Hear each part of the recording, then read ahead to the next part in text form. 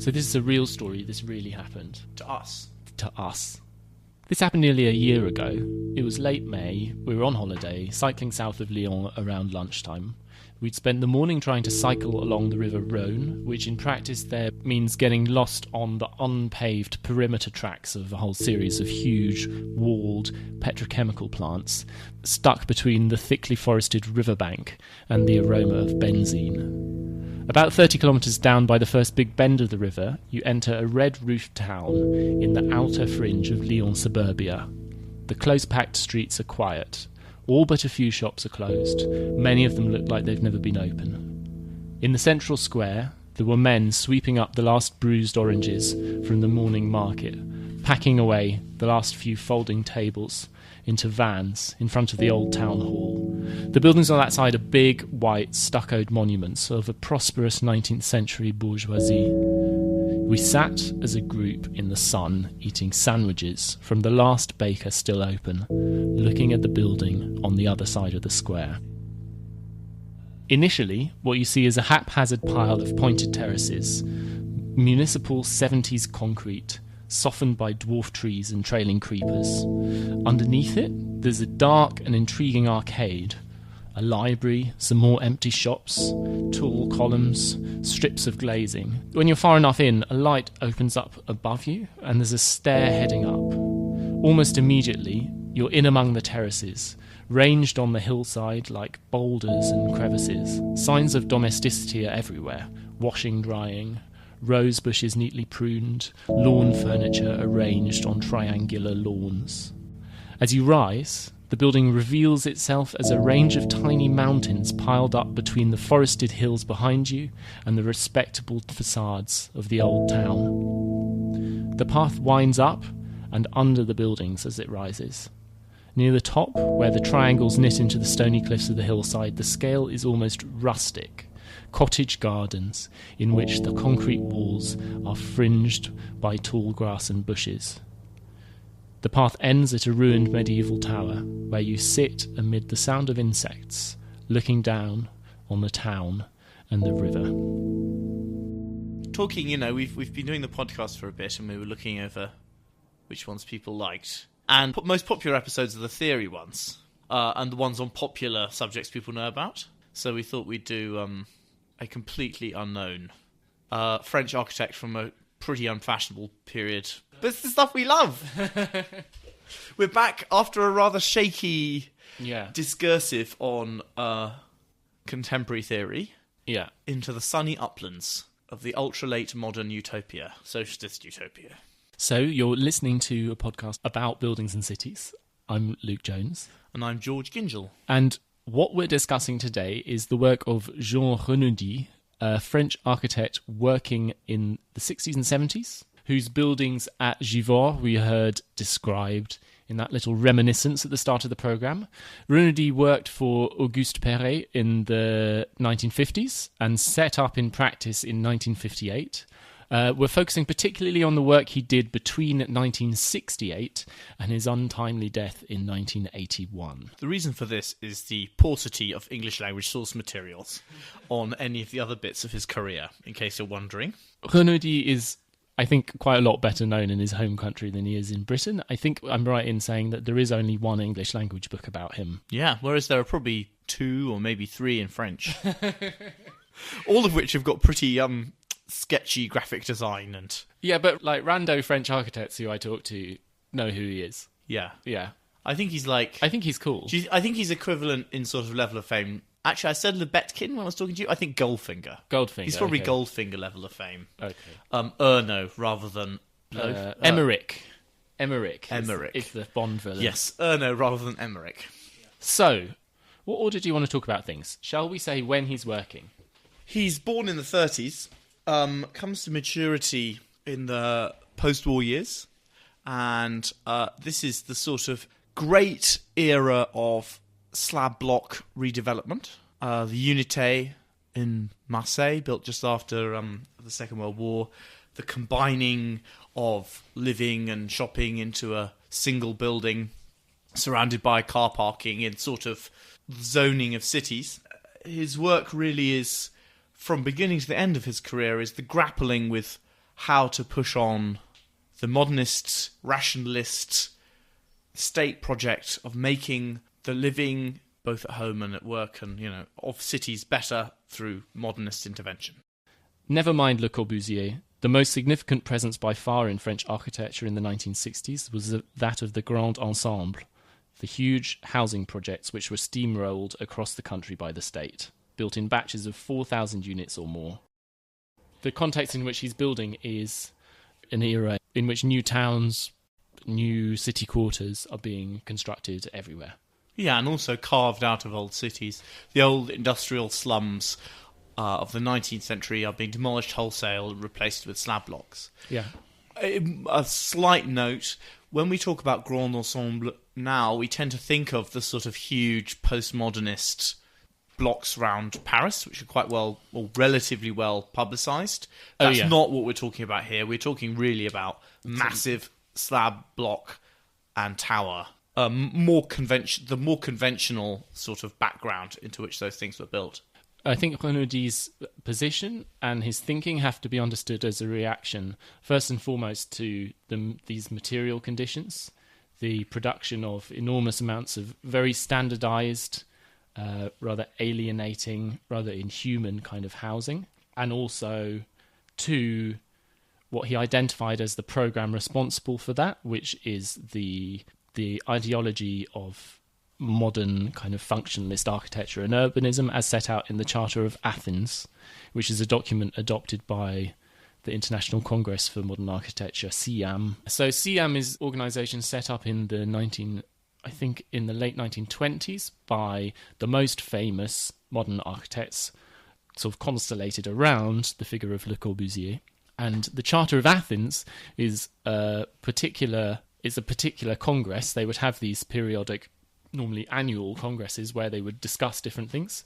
They have one called the Functional City, which takes place actually on a boat going between Marseilles and Athens, in which they set out the principles of what the new modernist city is going to be like. And these, put very simply, are about the rigorous functional zoning of cities. Housing will be built separate from industry.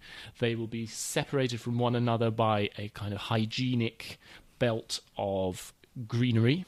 New industrial techniques of production and fabrication will be adopted wherever possible, and the design of buildings will be adapted so as to make use of the potential economies arising out of standardization of processes. So you're going to have lots and lots of these big slab blocks which are all the same, where, if possible, and this actually is a thing which started to happen, lots of things will be prefabricated. You'll have a factory just churning out walls in little panels, which will all boom, boom, boom, boom, boom on site, get put together like Lego. And, you can just be charging through putting up 4,000 houses. They were, by the time Renaudie is becoming a prominent architect, they're putting up 500,000 houses a year. In France, and it's worth saying, similar numbers of similar houses in the United Kingdom or Germany, and in fact Italy as well, although the story's a bit different there. Can I just put a little bit another reflection of that, which is that the Siam Charter is really from the late 19th century through to that period, there had been many competing voices about what to do about the horrible, squalid industrial city with its industrial effluent polluting the shacks in which the workers lived, around the base of the sort of cathedral of capitalism of the factory. 20 to a room, the disease and squalor and pollution, which people forget why they're making what seem to us irrational and ghastly decisions. Yeah. And we've discussed Taut's ideas for this and garden cities and various of the sort of competing notions. Yeah. But the orthodoxy by the time of the war is rational, functionalist.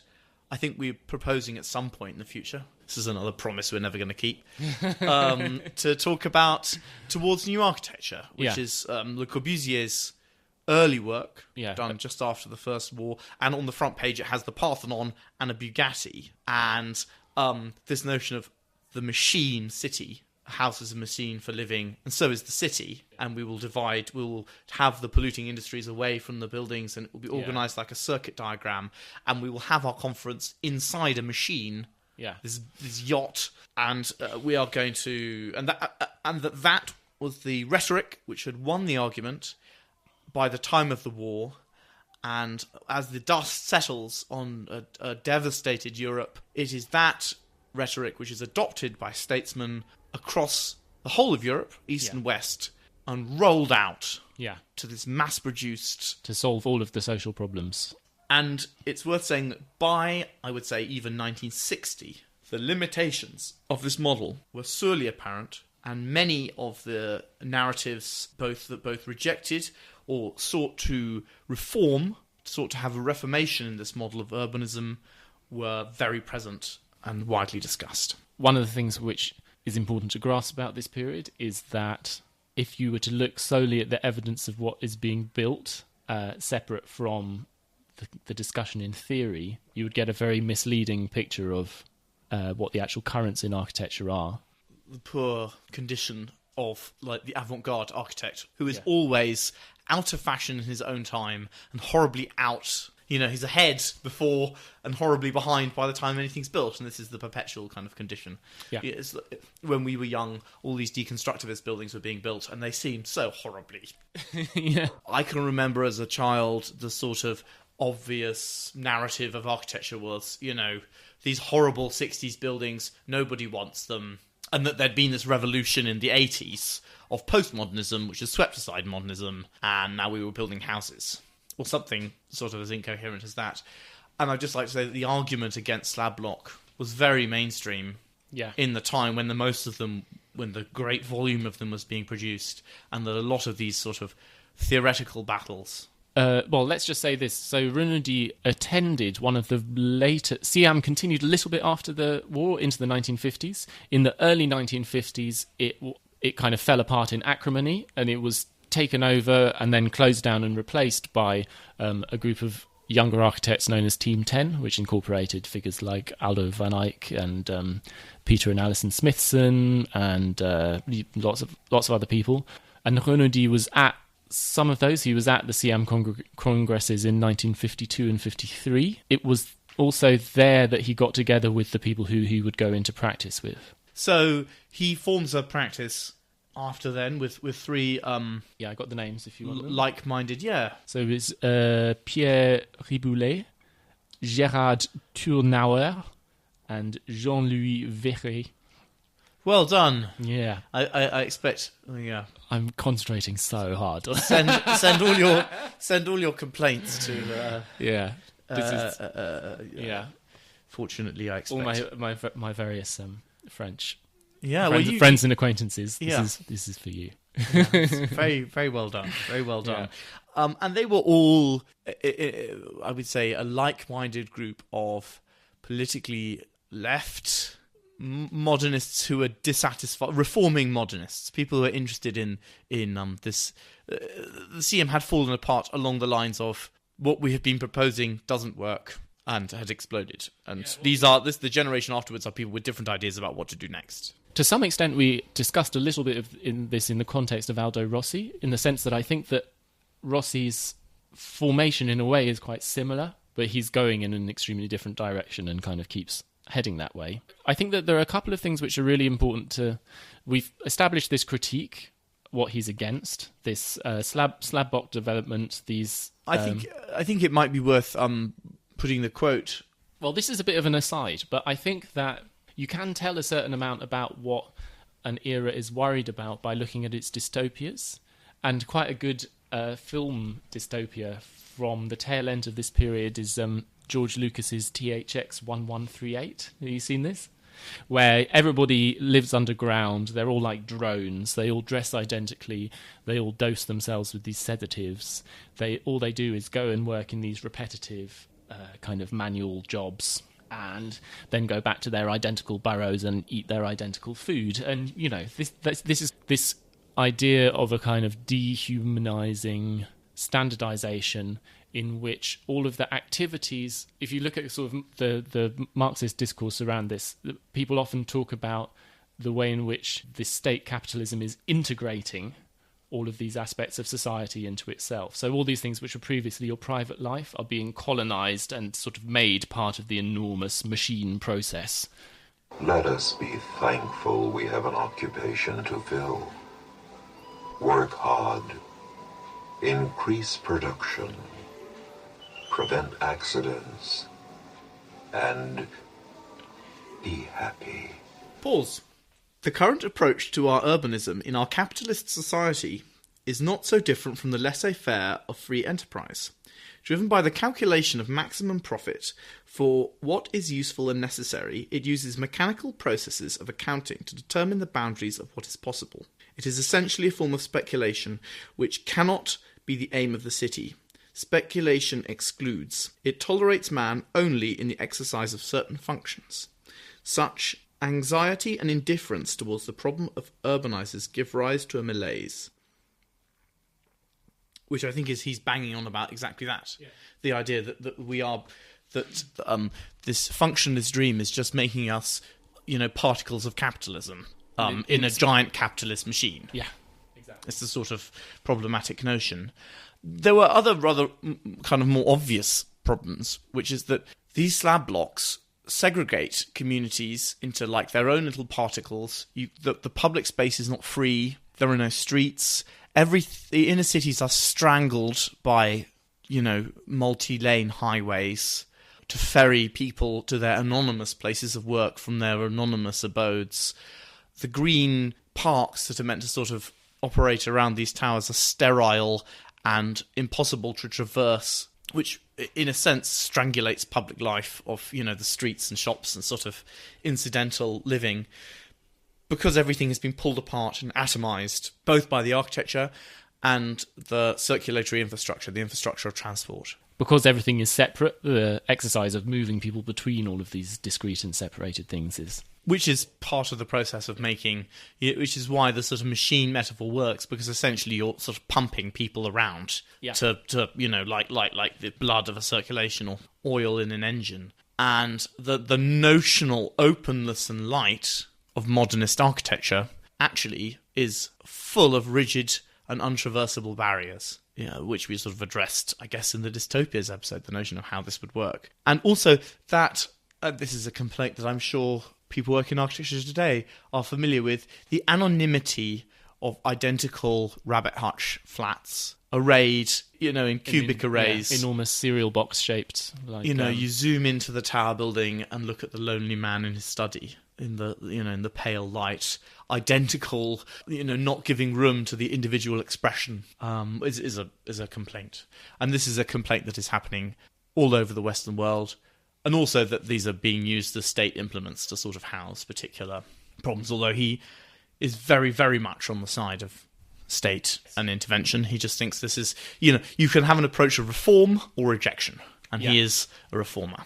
I think that when people are looking back and reflecting on the architecture of this period, they get it backwards in a couple of ways. One of them, which you just alluded to, is that because the critique of this architecture, which in a sense wins or is realised in the 1980s, is actually a right-wing critique. But people conflate the ideology which became adopted by the elite project during the 1980s with the one which was actually most prominent in the earlier period. And as you heard from the quotation, this critique is a kind of communist critique of the state capitalist. Certainly true in France. Yeah. I think in America... North America is probably a completely different narrative that I'm less... But certainly in France and most of Europe, perhaps slightly excluding the UK, that the critique is on the left.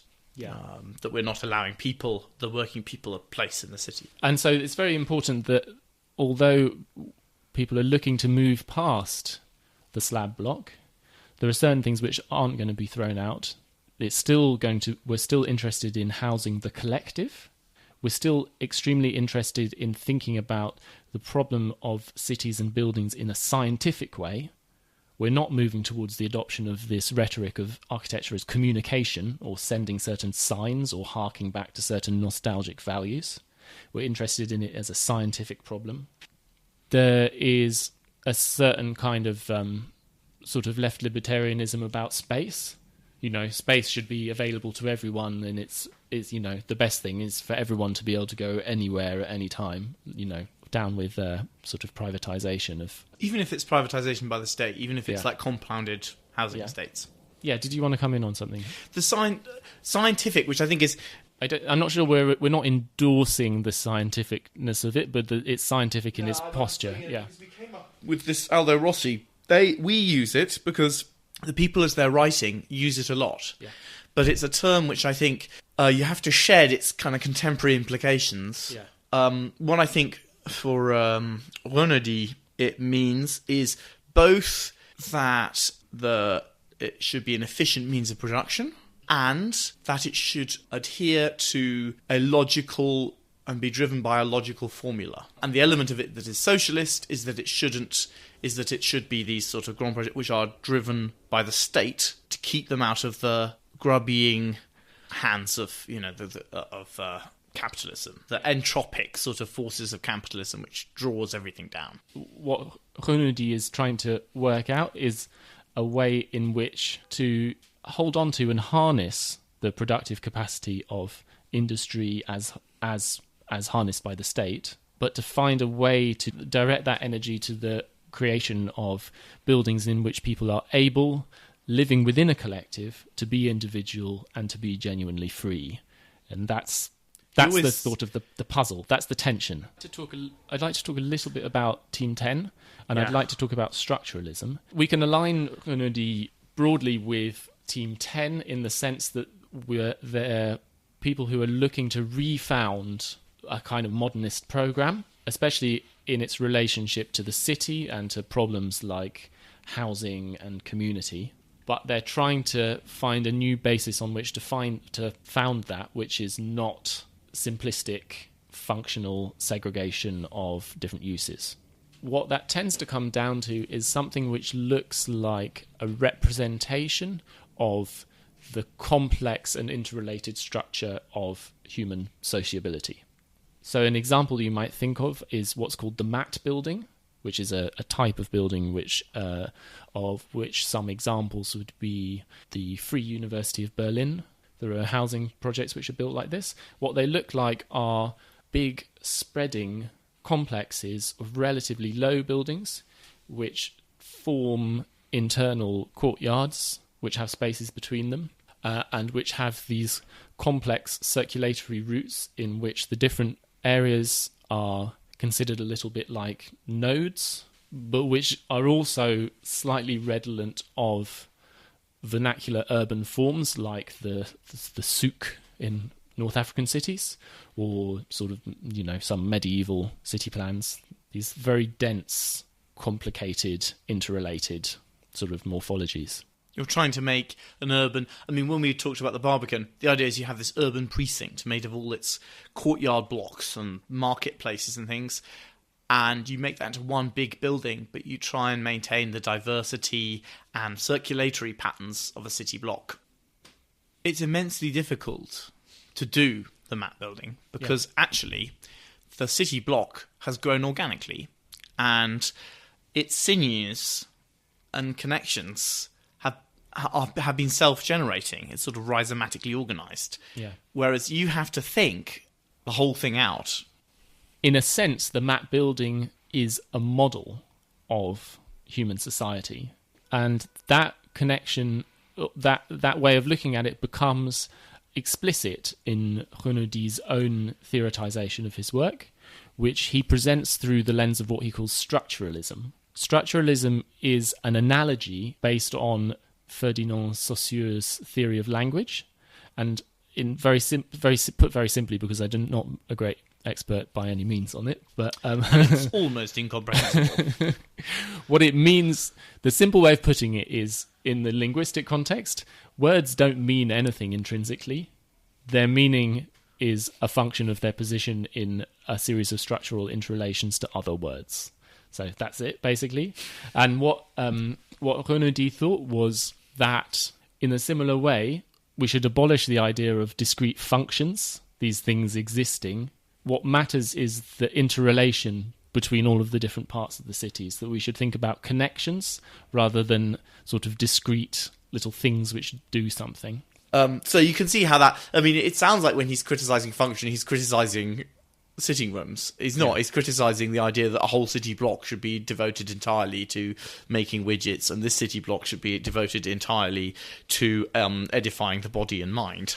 What this leads to is sort of driving concept for him is this idea that an architectural project, let's say we're doing some collective housing, should be a model of all of the people who live there and all of their social relations, and, you know, this kind of infinite and emergent complexity should be mirrored in the formal resolution of the building. And also, it shouldn't just be a housing block. It should be we shouldn't break the city down into functions. One general thing about him, which is that the theory is very important, but slightly more important, I think, into the outcomes, is the process. And the process for him that is overwhelmingly dominant is drawing, particularly sketching, usually with felt tip pens, all the time. Often the same sketch, sort of a similar one, again and again and again, iteratively improving it. And he produced just huge quantities of these, most of them which he destroyed, but of which there's a small proportion surviving, which suggests there was just enormous quantities. And also making marks at one-to-one on the site with bulldozers, building the buildings. Often building the buildings, you know, he'd draw up a plan, but it would be modified quite extensively as it was being built to reflect the particularities of the local condition and what he was seeing as he was building it. So do we want to say anything else about Atelier de Montrouge? Do we want to talk about any of the projects, or should we just move on from that? I think can make a couple of notes to say that all the people in it were successful.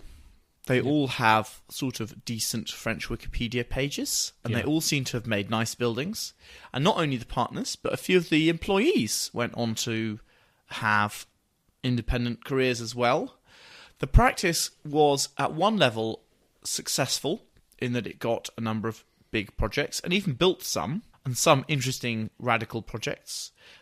He ultimately has a falling out over him being more radical, but they're all radical, modern, producing interesting architecture.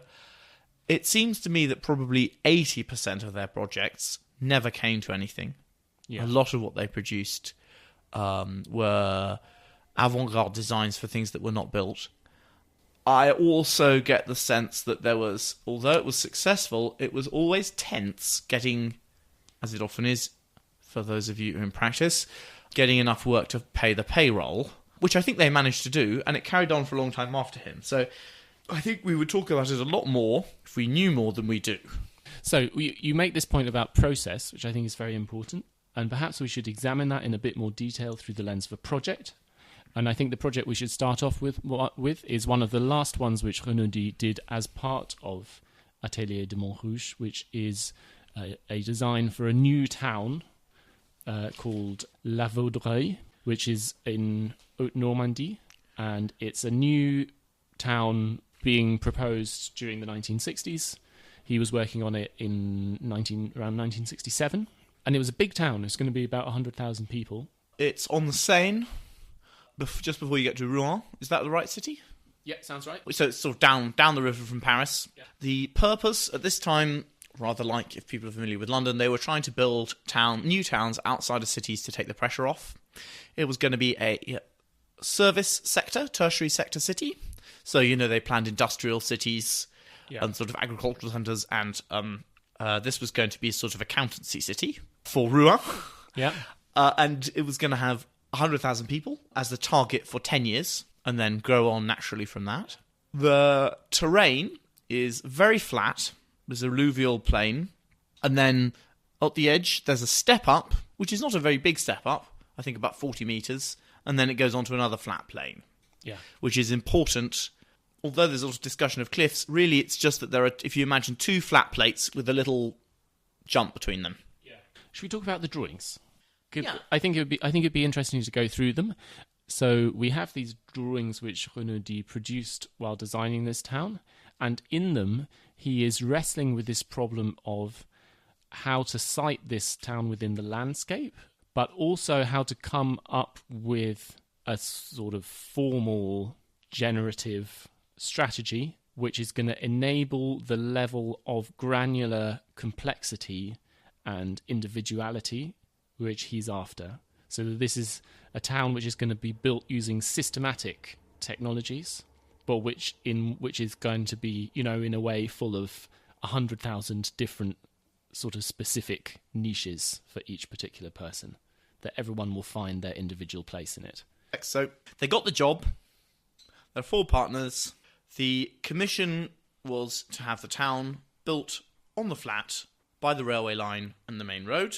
They went to the site, took pictures. They all got very excited about the boating. And, there was a lot of talk of excavating lakes for water sports. And this was going to be the Olympic training ground for the French sailing team. Things like that. But instantly, Jean strikes out. It's worth saying that the way they organised their office is that they all signed all the projects. And in fact, they also signed them for their former and now dead boss. But one partner would have complete control of each project. Whoever happened to be leading it was in complete control. And this one was going to be Jean's. And he saw the cliffs. And he just fell in love with them. So they're these sort of 40-metre tall bits where 2 bits of geology hit each other. And they wiggle across the landscape. And he was just, no, it's going to all be on the cliff.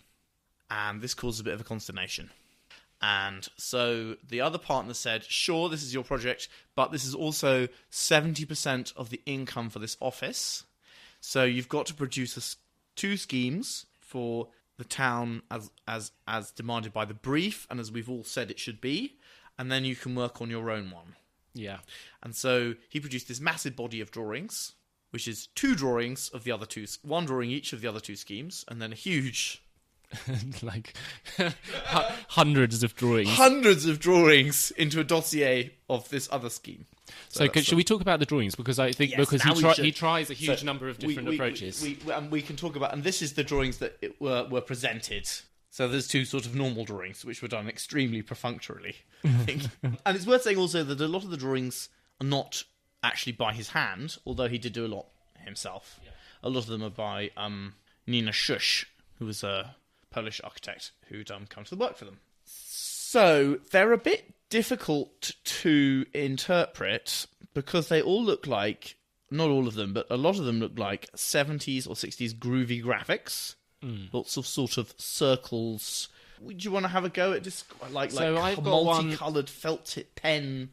So here's some initial ones. Start off with what these kind of donut-like forms. It's a sort of thick ring, and they're layered on top of each other in these irregular piles, so that through the holes and through past the outsides you see different things underneath. And there's obviously this stacking of these circular big forms, which would have been really massive monumental things with lots of different functions in them, I imagine.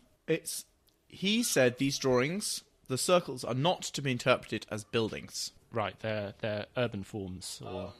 So there's a bit... This is something that I find a bit difficult. Everything he presented to try and get this project, he said, was not what it would look like. I can see why some of his colleagues would find this a bit scary. So here's another one, in which the circles have become more like cog wheels. If you imagine a kind of hollow cog wheel where the middle of it is missing, and these are likewise layered, but there's also another geometry which is sort of like kind of something sticky, which is stretched between them, creating a kind of rather fleshy sort of lattice of bridges and connections. Yeah, so he regarded these drawings as demonstrating the sort of social infrastructure of the place. There are lines on them that quite clearly represent the slope of the hill. And the river is also... And the river is often on them. This is clearly a plan. Yeah, they're plans.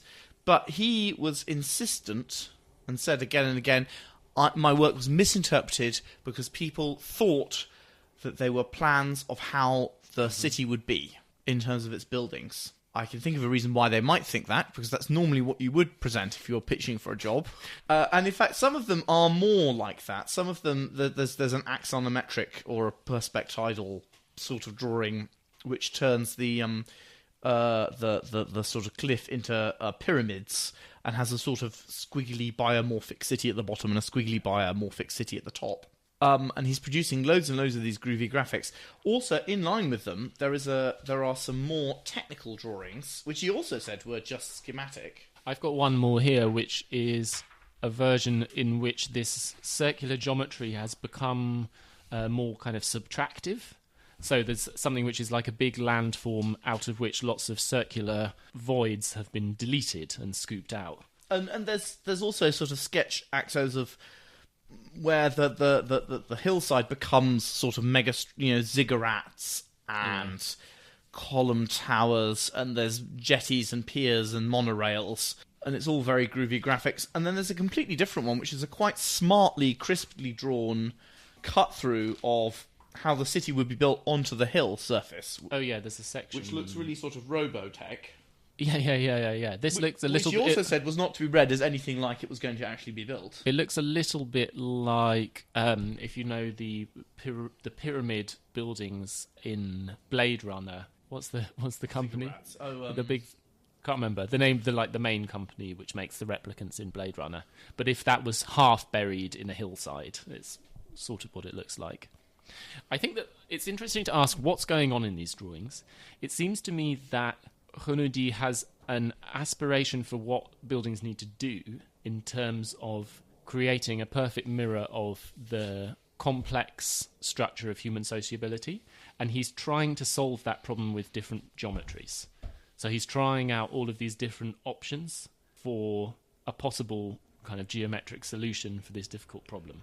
But also, I'd say at this early stage, I'm not really sure he knows what he's doing with the geometries. So in earlier projects, Montrouge had... so there's a school project, for example, where the section was initially proposed to be more orthogonal, and he'd done a diagram with circles representing how different classes would interact.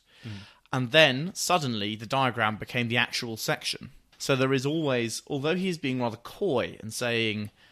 it's not like this. It's not like this. There's a real vagueness between when it's a diagram representing some sort of social structure and when it's an actual section. And actually, Atelier de Montrouge did actually build a school where the plan, all the rooms are circles. And so it sort of oscillates between these things. Sometimes it very clearly... I mean, he loved to draw, and he's clearly having a great kick out of doing all these funny drawings. You know, he likes to draw with felt tip pens sketches, and he also likes to draw complicated axos neatly with a drawing machine and have high-speed monorails going through them and technology, and sort of... The office was also capable of doing interesting things with rectangles, and we were looking at one of their projects, which is this really groovy tower, which looks kind of... yeah. Looks 20 years later than it is. Yeah, it looks like an MVRDV project or something, yeah. It's really cool. So that's all going on. I can see why they didn't buy it. At this early stage, it is never clear what he means. It's like this collection of drawings where it is ambiguous as to whether... I mean, I think you people should really look up the drawings to know what we're talking about, but they're these kind of groovy... they could be like artist prints. Yeah. It's never clear what they are. He's playing with the geometry, but it's not even as if he's quite been able to put all these things together at this stage to synthesize the theory into an actual proposal for a city. He knows he wants it to be built into the hill. He knows he wants people to be able to walk around and there not to be roads. He knows he wants to integrate life according to these diagrams, but there doesn't seem to be an actual proposal to me. He goes in and the authorities basically laugh them out of the room because he's gone in with the collection of felt tip sketches, which are totally unself-consistent. And Jean Renaudie feels very much that the other partners haven't supported him in his utopian approach, and the other partners, one of them had a quote saying, "Utopia is very important. You can lift reality with utopia, but you have stretched it too far. There is no way we can sell this." And there's a big rancorous falling out. The town is in fact started a number of years later and is built, and it's now a town of 20,000 people or something, and it's a fairly boring standard thing. But the presentation is in April, I think, of 1968, and events kick off in Paris in May. Well, I mean, what's the short version of the story? There's lots of trade union militancy, which becomes allied with a big student uprising, and there's a period of what sort of seems like it might be a revolution, which doesn't quite happen. Yeah. Its failure is the kind of structuring event for pretty much all left-wing discourse that comes afterwards. You know, it's one of these. At the sort of very at the intellectual end of at the intellectual level, it's like an epochal event, and it's also a hugely disruptive year in Renaudie's life. He leaves his wife. He'd been having an affair with this Dross. With René. Are we going to have a go at the name? René Gailusté. Is that right? Gauste, something like that. Gauste. Who's one of his collaborators, along with Nina Schusch. He seems to be someone who is always supported through his career by women who manage to keep him on the rails a little bit.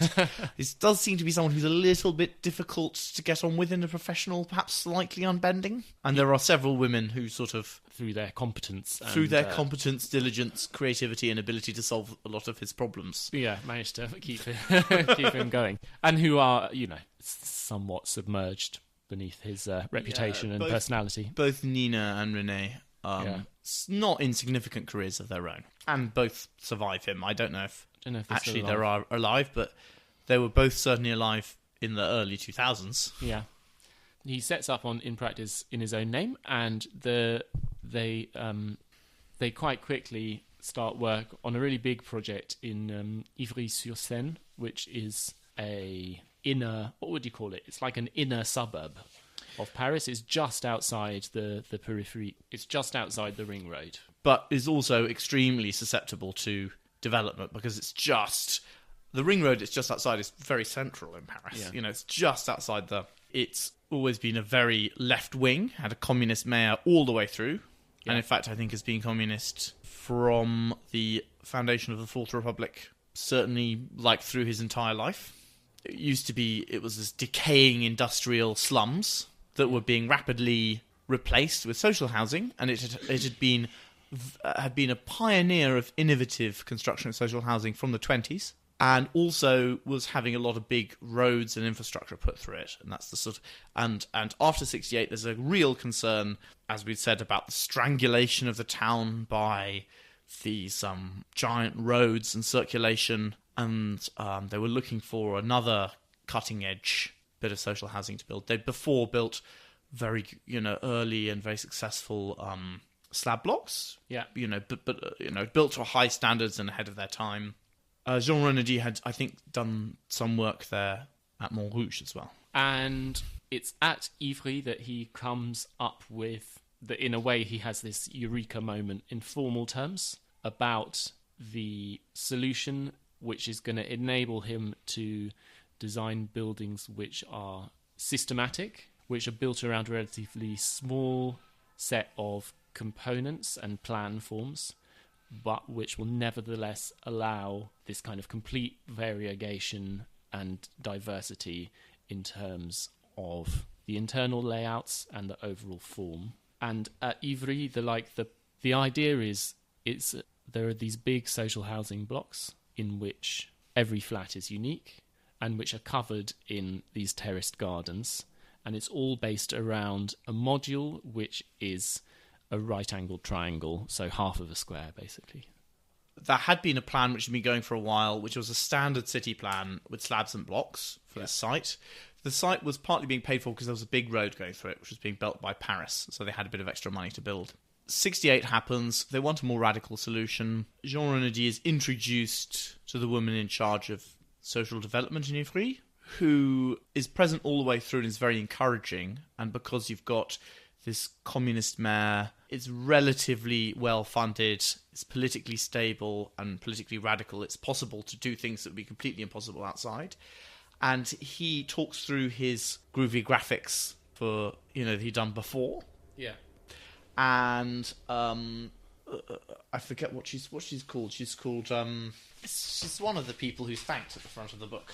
Raymond Lanuc. That's who it is. It's the who's the administrator in charge of social housing.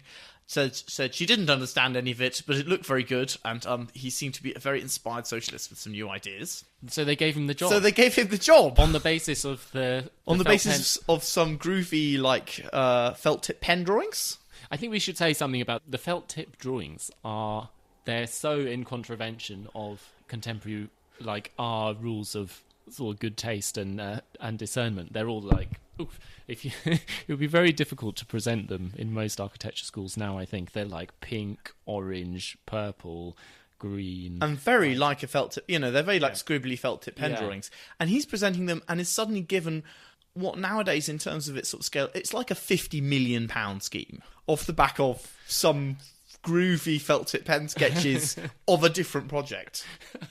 But it's good. Like this architect who has no office. Anyway, so And it's- so it's- part and of it's- the reason for me explaining the sort of political situation a little bit is to justify how that can happen. This near revolution has happened, and people are really searching for a new way, a different way, and he sure is different. And it does work out because he does have this He discovery. does have this discovery, but it doesn't happen instantly. It's not that he goes to them with this proposal, does a whole load more groovy, blobby diagrams. Well, yes, but he discovers this.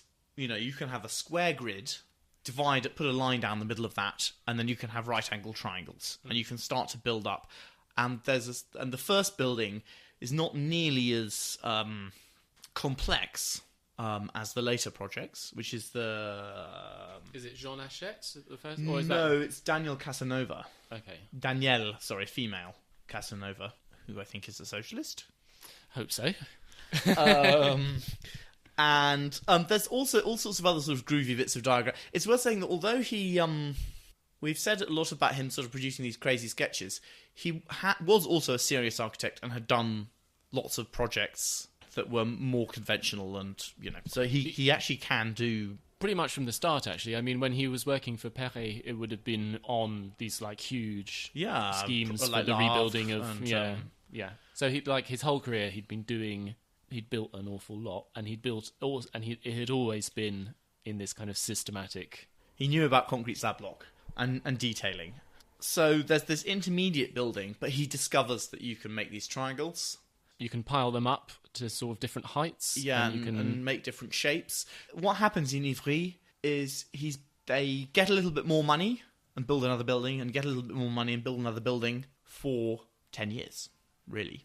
Every time another thing is built, he's slightly, he's moving incrementally towards what will be his shtick, which is this thing. But it doesn't happen in one go, and I think it's only actually possible because he's continually able to build a little bit, modify it on site, and work through lots of iterations over a very long period of time. Maybe we could talk about some plans. Although superficially, I mean, it's still very groovy and unusual, but it's not quite as mad as some of the later schemes. But it has two of the key features, which is the right-angle triangle, and also that every single flat has a very different plan. Maybe we should try and describe how different some of them are. I'm looking at the plans of these are reproduced in the Scalbert book. The plans are all shown with furniture, which is extremely important because you would otherwise not believe that the spaces were usable. I would say sometimes the spaces are usable. Yeah.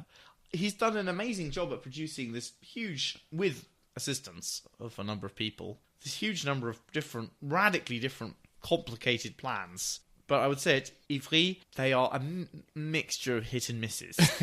The rooms tend to be triangular. That's the thing which you have to get over. Irregular, five-sided shapes tapering in at the middle. Or, I mean, some of them aren't even five-sided. Some of them are like seven-sided squiggles. I'm trying to think of one to describe here. So here's They tend to be duplexes. They do but tend the to be floors don't duplexes. tend to be on top of each other. So here's one. This is flat number. I think these are all the flats from Jean Hachette, which is a slightly later one. And yeah, it's an unusual single-story flat. You enter on your right. The whole flat is this incredibly long linear thing which pinches in the middle. At the bottom end, it expands into this rather large garden terrace, and at the other end, it gets a little bit bigger as well. On your right, as you enter, there are two toilets. There's a bedroom, which is a 7-sided irregular room with a bite taken out of one end of it. Straight ahead of you, there's a kitchen, and then as you move through... The kitchen is also a strange shape, and the bedroom, by the way, has a concave glass wall onto the outside of it. As you move through into the kitchen, there is actually, it's a double height space in part. There's this curious sort of half triangular double height space, which is not part of the flat. It doesn't connect. You don't have any more space above there.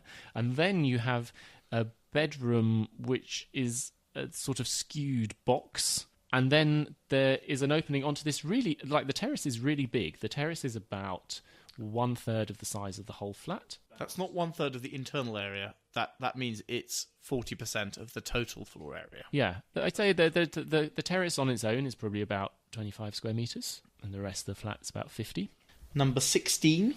And this is one where he's not actually... Jean Hachet is the only one where he doesn't just use right-angle triangles, he uses irregular triangles as well. So let me describe flat 16, which is one of the more worked out ones. You enter on the upper floor into a 1, 2, 3, 4, 5, 6, 7, 8, 9, 10, 11-sided room, which has two bits of which are double height. And there is a very, tightly pinched... One end of it goes down to this tight pinched triangle, both sides of which are glass, which goes onto a 4-sided irregular terrace. And there's a little kitchen. And then there's a circular stair at the back into a tiny, little triangular glass-walled sort of circulation space, which goes into a bedroom, which has got 7 sides... one curved wall and another concave wall onto a tiny terrace. If you go the other way, you come into another very narrow triangular terrace and a sort of tick-shaped, like Nike tick-shaped corridor into a very small, like isosceles triangle bedroom. And if you turn the other way, you've got a bedroom which is a irregular pentagon going onto a terrace which is sort of the shape of a shoe, which is the 4th terrace. And sort of tucked into the middle, there are 2 toilets and a shower room. How many bedrooms in that flat? 3. 3 beds, 4 terraces. Yeah. Look, that one looks quite groovy. It's a very strange shape. I think maybe we'll try and put some of these up on the Instagram or something, yeah, because they are extraordinary. I'm looking at number 9, which on the lower level that you enter in, the flat is basically just an enormous triangle with a little kitchen and a huge living room excavated out of it with a little terrace. Then upstairs, it's this impossibly complicated shape. You emerge up through a spiral staircase onto a floating walkway, at one end of which there's a bedroom which actually is above the kitchen and has a kind of like balcony onto the kitchen. And then in the other way, there are these 2 bedrooms which I can't even really begin to describe, but they're sort of dog-leg shapes where you enter into a strange corridor that curves around and which both give onto a little tiny private terrace. And these are all... And these things, if you want to conceptualise them in the building, the 2 floors of them generally aren't lined up with each other. They're usually staggered. And... the underside of one terrace is like the other is another flat. So you've got all these sort of flats squidged into this complicated shape, which is a sort of ziggurat. Lots of different strange triangles building up to a sort of triangle point. In fact, I think it is the one on the front of the book. A most peculiar shape. So there's some like that, and then there are some which are a bit dodge, which sort of have one... which are like these huge, long... They're sort of like gerrymandered voting districts. Yeah. They're these... burrow all the way through. all the way through. The And mountainous... have 2 tiny little facades with this... We'll have this, like... And they will have circles, squares, and triangles. Yeah. In Jean Hachet, there are some which have isosceles, right-angle triangles, squares, and circles. Yeah. Because he's sort of trying out... The actual megastructure always gets smaller as it goes up, so they all have, to a greater or lesser extent, this mountainous form. Although sometimes it will have multiple peaks, or will have a sort of crevice in the middle to let light down into the deep plans. I mean, these things they have a difficulty that they're on the site which would have formerly been occupied by several slab blocks, but take up the entire site. So the middle of them is very vulnerable to being very dark and airless because the buildings have such a deep plan. Yeah. 60 meters square, more maybe. Very deep, much more deep than you can do even with a pretty horrible office block. And so they sort of fall down. In fact, Jean Hachet has this very peculiar, which is Dan Hachet and Daniel Casanova are two of the the early experimental ones where he's trying out a number of modes. Jean Hachet, I think, has this shopping mall underneath it, the floor of which is made of a series of ramps which go over 3 levels. Which is very groovy and is another sort of idea that was floating around at the time, wasn't it? Yeah, he wasn't going to have any staircases. Yeah. It's all going to feel like one continuous level where the floor is always at an angle. Yeah. But I don't think we should mock them because No. as much as we are, because actually they hold together a lot better than you would feel they really should. Because in another sense, they have lots of streets in the sky, and you're circulating. There's a lot of things which are highly problematic in a lot of buildings, and in Ivry, I would say they are at least partially successful, as well as being very interesting. I don't think it's just an architectural oddity. We can focus a lot on how peculiar a lot of the plans are, but actually I don't think they are totally unsuccessful. No. I don't quite buy the thing of having all your rooms triangular. He never quite managed to say what exactly you were meant to do with the pointy bits. No, I mean, judging from looking through the windows in Givor, you sort of you have strange bits of furniture, you pile up lots of books, you have a plant You pot, put all your junk there. Yeah, a lot of your like what would be put in an attic gets piled up in the corners. But I think that's all right. It's not the end of the world, but it's a little bit of a Yeah. I would say, particularly in Ivry, I mean, even in Givor, not completely answered. I think one of its particular successes is the incorporation of the terraces and these different little spaces outside, which do, in a way, which a lot of buildings are planned to have, and planned under drawn, with lots of very beautiful greenery all over them.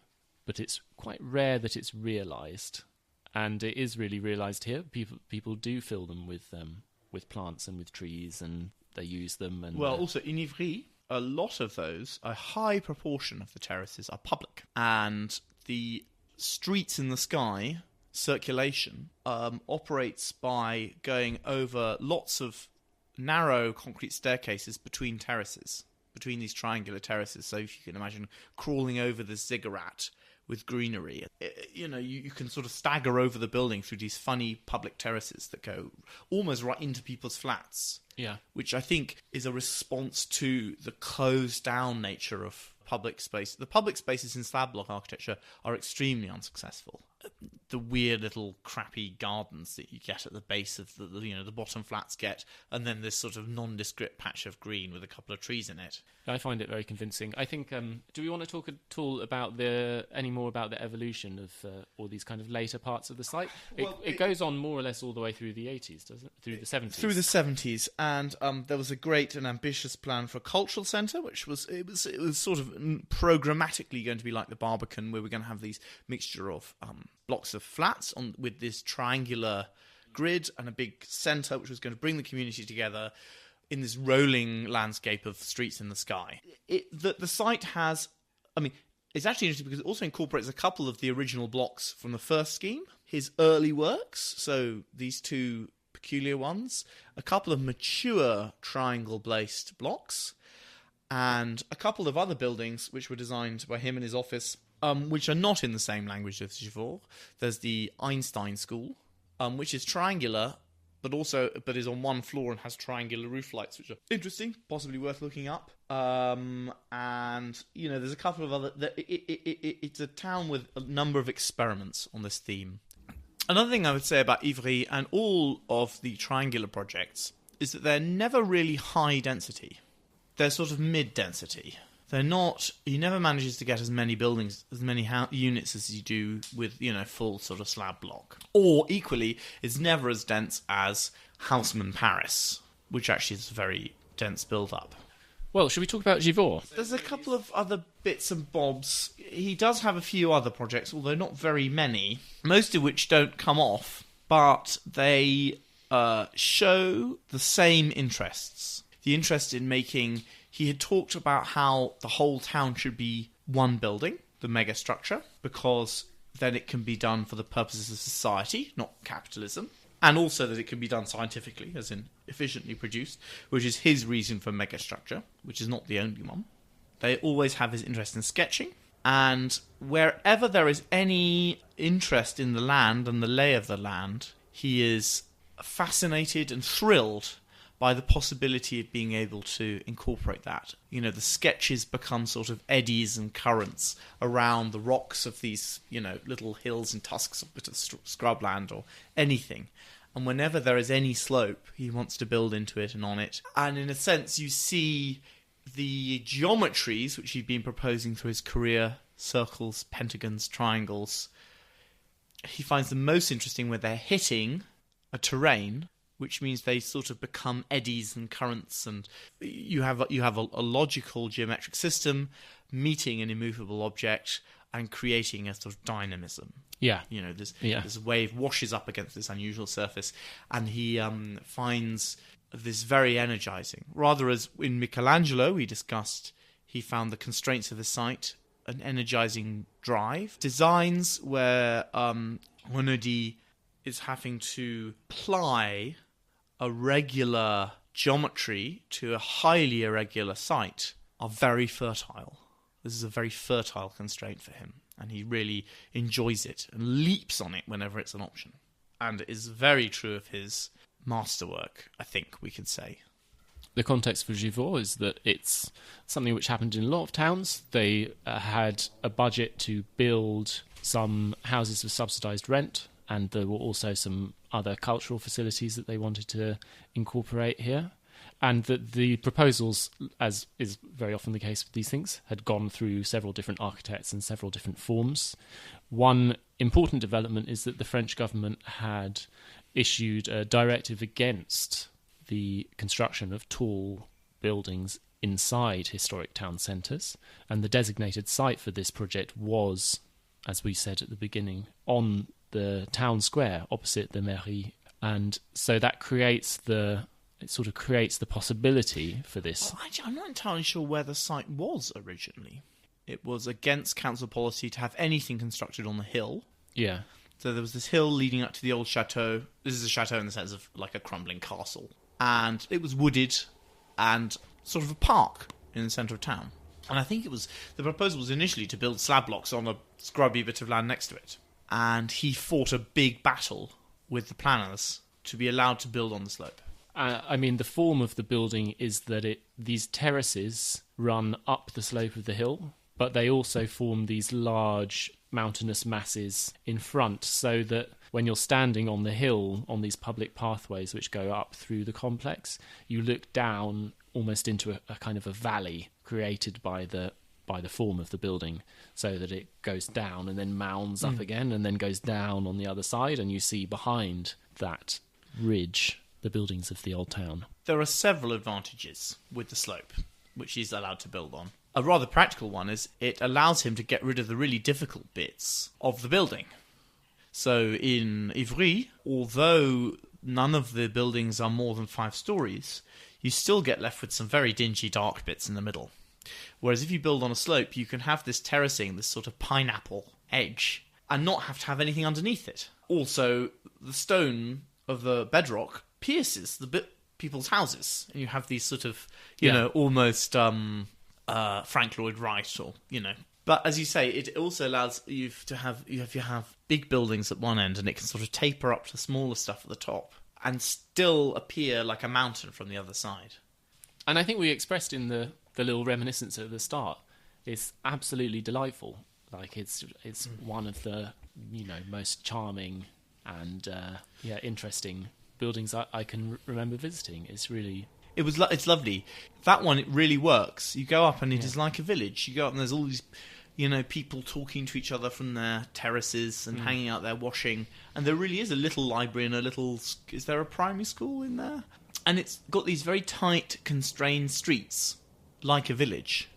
He, all the way through his career, was interested in the model of a village, or a, you know, Italian hill town or whatever, which is this classic thing that architects right through modernism have always wanted to make that. For him, the question is, how do you make it without either feudalism or capitalism?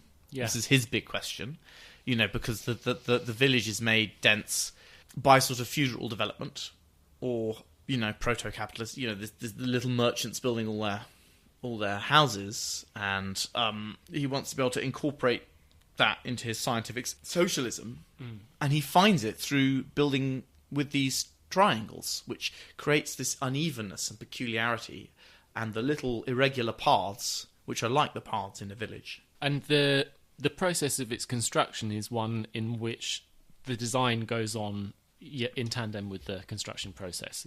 There's an interview with Nina Schusch, who said they didn't actually have an accurate drawing of the hill. So often they would just have to say how it was going to be on the site and just build it like that. I think this made the tendering process rather difficult. They had a very good quantity surveyor, who seems to have been a man of unusual talent and creativity for his profession, who was able to... I wish I could remember his name, because he will probably be one of very few quantity surveyors to be honoured in this podcast. One of the heroes. One of the unsung heroes of architecture. You know, everyone always says, oh, behind a great architect there's a great structural engineer or something. Yeah. Very, very rarely do the accounting professions get the shout out. Yeah, well, I think they should get it here. Who managed to make sort of tenders possible for this. But there was, as it says in the book, this tender came in 169% over budget. They managed to talk them down to sort of 100% over budget. Yeah. But compared to, I mean, it's fairly obvious that building this compared to prefab slab blocks is going to be very expensive, twice as expensive, but probably no more expensive than lots of other things. Observant listeners may have noticed that a picture of this building is on the identifying badge for the podcast. I don't know if that'll be true forever. Yeah, it might but change. It's a fave-rave. Partly because it seems like a way out of the current predicament. We now live in a world where idealism and sort of politics are not very present in architectural discourse, which is, you know, about finding more architectural models, which has actually been true for a lot of history. But this was a moment of trying to find a genuine solution to how to have architect designed, good housing for everybody, in a megastructure that is also a village that is fairly successful. And very poignant. I mean, I find it very beautiful, this way in which it's convincingly an image of a collective, an image of a community, and also a place in which every individual has somewhere which is just for them and which is utterly unlike anywhere else in the building. Yeah, the book is called A Right to Difference, which I think is constituted in this design. And every flat is different. Yeah. This, by the way, is something that architectural nutters frequently do. Like, design everything. Yeah. Tout. He definitely falls into the like architectural design maniac club. Yeah. Like, he was a prodigious designer. Yeah, he must have been designing all night. You know, all day, all night, all the time. Yeah, there's a note in the book about the big pile of drawings dated to his birthday. Yeah. Which are large and almost identical. Yeah. The true legendary maniac club. Yeah, which I think also accounts for why he really only did buildings on these two sites, because he needed an immensely supporting environment. Yeah. Because he was very, I suspect, difficult to work with. Yes, I think so. I think he had acolytes, supporters, and that's it. Yeah. Yeah. But I do think it was vital to him to have other people to bounce things off, and I think a lot of the designs of the flats were, you know, quite often largely carried out by other people in an office, but there is a driving spirit behind them. Can I do a quote? Yeah, do a quote. What is important in housing are not those purely functional considerations that up till now have been considered as determining, but rather what might call the abstract content. That is to say, the fact of experiencing pleasure in space. The important thing for me is to give everybody the possibility to express that which is not determined but remains latent vis-à-vis the use of space. The last bit of that I don't think is the good one. No. But I think the lovely thing is that for him it's important to give people a good place to live, but it's also important that it is beautiful, not only dwelling, but urban environment. Yeah. full of exciting potential, variety, and community. Yeah. And triangles. Yeah. Yes, when I visualize the shining cities after the revolution. Oh, yours are crystal towers, aren't they? No, this is what they look like. Oh, they look like this? Yeah. I mean, I'm a little dubious. I think if you had more than even a small number of these, they would become quite sinister. Because... But you have to have something. You can have something to bounce them off. Yeah. I'm not sure if I could have every building. You could have some. right-angled You could have. triangles. I quite like the thing of like cuboids submerged in the sort of lava flow of triangular mountains. Yeah, he's got circles and squares as well. Yeah.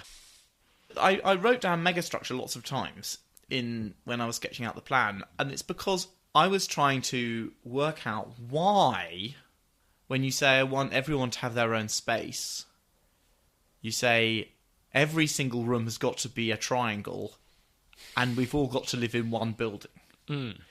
If you go, I love the village, so I'm going to build one building for everybody to live in, and it's all going to have exactly the same geometry. Yeah. And I think in a way he's been successful in the incidences of the buildings that he's built, but I don't think it's universally applicable at all. I think it fails to be general. It is very successfully specific. Mm. Because of its internal contradictions. Yeah, I mean, I think that they benefit from rubbing up against kind of other unlike forms, and types and ages of buildings. Yeah. And the great thing is they could actually rub up against anything because they're very different to everything. They have something of the sort of overgrown Angkor Wat. Yeah. Or ziggurat. These sort of ancient overgrown monuments where the triangles are kind of created by fallen Cyclopean masonry. Yeah. That's another thing they slightly remind me of, something where the great stones of the pyramid have been cast aside and all the jaunty angles covered in convolvulus. Yeah, that's a nice place to live. I mean, I get the sense for you that this is kind of the great white hope, in that this is an example of something which is not what we're doing now, which is state, which is providing decent housing for everyone, and which is an interesting model. I think it expresses what our aspiration should be for housing, which is that, it's generous, it's abundant, it's individual, it's delightful, it's part of the city, it's part of the public realm. It also creates spaces for privacy, spaces for the kind of construction and expression of the kind of inner self. It's not that everything has to look like it, but I think it's the most convincing image I've seen of what a kind of housing program or politics should be in pursuit of. Yeah, I think of all the socialist nutters that we've looked at in this, he's by far your favourite. Yeah, his politics is certainly his politics is the most convincing, in that it is a politics which is about building nice houses practically for people. Yeah. Whereas Aldo Rossi, who's an architect I love, his politics is pretty unconvincing. Yeah. And Bruno Taut is a complete loser. I mean, I think that often, like, the rhetoric of, what do people want? What should you give them? And I think in the contemporary moment, there's this sort of feeling that what you should give everyone is beige, and then give them the opportunity to paint it. But we both know that actually, if you speculatively develop interesting architecture flats, people buy them. Yeah. Whereas what you should give them is like 1,000 different variegated shades of possibility, and they choose and find their own crevice. That actually is a more civilized and beautiful option than everyone gets the same box and they get to fill it with different shit. Like, that actually is not like that's not freedom. The current solution, the question, we don't want to live in these identical blocks. The current solution of which is, well, we'll make you toy town villages. The really weird ghost towns of Barratt Homes. Yeah. Is unconvincing, and people don't like them. And I think this is a sort of model. And I would recommend, if people have the possibility, to go to them, because you may find that although it all doesn't sound like it stacks up, the charm is what wins you over. I think people should go to Givors because, I mean, Givors, I think, is suffering in the way that a lot of smaller cities and towns and places in kind of regional France seem regional to be. Anywhere. It's just, there's not a lot going on there. I think it's commuter belt for Lyon. Yeah, but I think it's slightly outside of it. Yeah. It doesn't seem like there's an awful lot of money sloshing around. And I think there's a very good baker. He's very nice. There's a couple. I suspect actually some of the others are good too. Yeah. It was just that he was still open for lunch at 2:00. Yeah. You can get an Airbnb in the building. There's at least one, and also it's quite near Firminy, which has recently had Corbusier's church built in it. Yep. I would like to talk to you about legacy. I mean, I feel that it probably doesn't have any. Yes. I think one of the things which is lovely is that having this project in a way is the thing which Renaudie had aspired to build for his entire career, and that he did build it. And luckily he did it just in time because he died pretty much immediately after completion. Quite young, in his late 50s, yeah. Not at all old. He's slightly younger. I think he's 4 or 3 years younger than Rossi. Yeah. And if we'd looked at Rossi's buildings only before 1980, I think we'd have a different idea. It's a lost possibility. Although I suspect that if he had lived longer, the tide would have turned against him. And it would have been very difficult. It was already very difficult in 1980. It was really after it was possible. Even, well, in France, I mean, maybe in Paris, along with those bonkers, what's he called, begins with B, you know, the great, you know, Ricardo Bofill. Bofill. Yeah. You know, maybe there'd be Bofill and there'd be a mega triangle ziggurat. Yeah, gosh, yes. No, I do wonder what kind of accommodation he might have made with postmodernism if he'd been forced into that kind of thing. Just give them all Corinthian capitals. Well, in a way, I mean, what is the classic actual postmodernist move? It's putting a pyramid on top of the tower. Yeah. It's just triangles. Yeah, just more triangles. He got there before. Yeah, it was already there.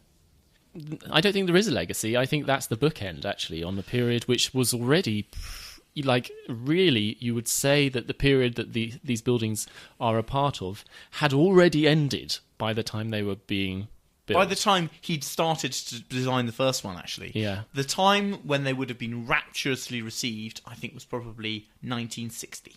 Yeah. But, you know, they were built in time for 1980. Yeah.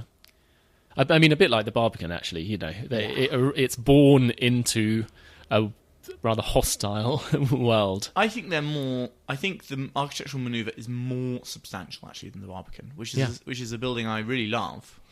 God, yeah, no. Imagine if you could build I mean, because the Renaudie building, I can't believe that it cost nearly as much as the Barbican. Like the Barbican, they've really lavished a lot of money on it. Well, they put the money in different places. There are some things in the Barbican which are moderately sensible, actually. They're sort of hidden, but there are some sensible bits. I think Ivry was pretty expensive, actually. I think they were both pretty expensive. I think they were probably maybe slightly less expensive than the Barbican, but not hugely less expensive. I would like to see them with the finishes just like turned up a notch. Yeah, like it'd be quite nice. Because the concrete is a bit... it's fine, it works. And actually it's rather nice where it becomes sort of a bit rustic and... The construction and the language is exactly the same of that of 70s mega structures everywhere. Grey concrete. Yeah. It's brutalist. And in a sense, he's semi-detached from brutalism more than he is... He is, to the extent that brutalism has now sort of migrated away from its original rhetorical position and become a generic catch-all for formerly radical 60s architecture, like this is brutalism. I think it was always moderately confused. Yeah. There's the French meaning, Hunstanton School, the Barbican, how do these things sort of triangulate? I was actually, weirdly, I was looking at someone has just produced a brutalist map of Paris in which this features prominently. Well, there we go. Yeah. It's part of contemporary brutalism. Yeah, I mean, the secret is no one does know about late modernist architects. You were saying quite early on when we were discussing this that, you know, that you think that French architecture of this period is relatively unknown. Yeah. I would contend that all architecture is relatively unknown, except in the countries where it's made, and even then it's only known by a certain subsection of the architectural community. Yeah. This is like far and away my favourite period of architecture. I'd say like 60 to 75. It's not long. So much amazing stuff is built in that It sort period. of goes on till 80. Yeah. It's just wonderful. It's because they worked through modernism and they worked out what to do with it. Proto-modernism I also enjoy a lot. What sort of like 1890, 1905 kind of? Yeah, which actually carries on till the 20s. Yeah. Yeah. And before it's completely squashed. I mean, the other thing which this does convincingly is to create an architecture which is sort of a kind of, at the same time, a kind of sublime, spiritually infused landscape, which is a thing we've talked about in the context of Bruno Taut, but which appears in lots and lots of people's aspirations for. The amazing thing with him is because he was quite a good technical architect, he actually managed to build it. Yeah. And also because he had a practical attitude. I mean, it might not sound like it, but he was interested in practical concerns. You know, he was irascible and difficult to get on with, but he did it. And he kept his politics. Whereas Rossi had his afterlife being a star-architect, he was never interested really in that. I mean, I don't think it was available to him. No. Yeah, no one was offering him at Guggenheim. He was really, he was building the buildings he believed in. Well, we've come to a quite abrupt end because it doesn't go anywhere. No. His life is a perfect narrative. It really has a beginning. He starts, he explores modernism, he deals with the confrontation, he builds a practice, is disenfranchised, goes into the wilderness, searching for an answer, gets an answer, makes it, dies. And that's it. The end. Yeah. Well, I think maybe I'm going to try and put some of these images up on. I'll tell you what I can do when I tweet the episode thing. I can do a little thread and put up some pictures so people can look at them. There's also if you can get hold of it, this delightful book, the bright green one. Yeah. By Irénée Scalbert. Perhaps I should get a copy before they all jump on A+C. Yeah. You can find one. It's a very good book, and it has some lovely old sort of interior photos of the flats as well, which are rather blurry and sort of. There's a good lecture on the Architectural Association YouTube. Yeah, by the same guy, which has got some of the protagonists talking in it in the early 2000s. Go to the places. Yeah, go to them. Someone's published his complete works in French, but it's available on the internet. You can it's in one of those sort of French book aggregators. You know, they always like their own system. It's got a reader system which makes a page noise every time you click. Yeah. This is still the country of Minitel, isn't it? They always do. It's always a they parallel always do everything differently, and 20% of the time they're right. Yeah. Well, should we sort of sign off? Let's call it a day. Okay. Well, thank you very much for listening. Please, we've had some lovely emails and messages on Facebook and tweets and everything, and I've mostly responded to them. Do you want to do a shout out to anyone? Thanks particularly to James Scott at Il Classicisto, who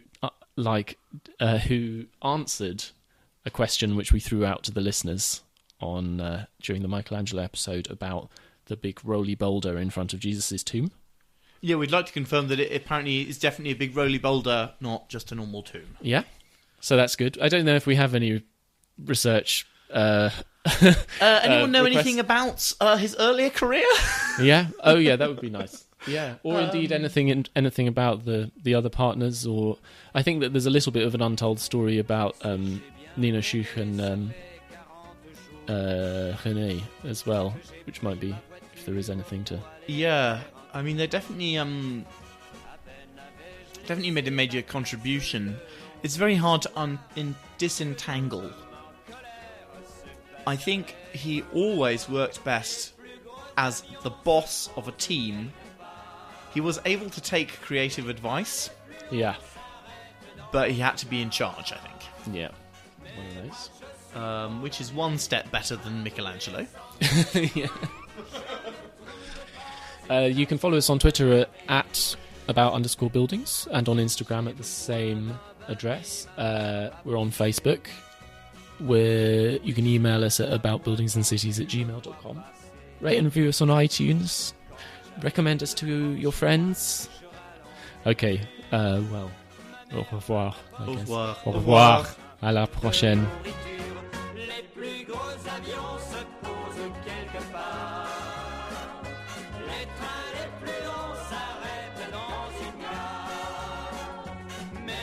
Je suis condamné à rouler sans m'arrêter. Je ne trouve pas une place pour me garer. Mon patron m'a fait savoir par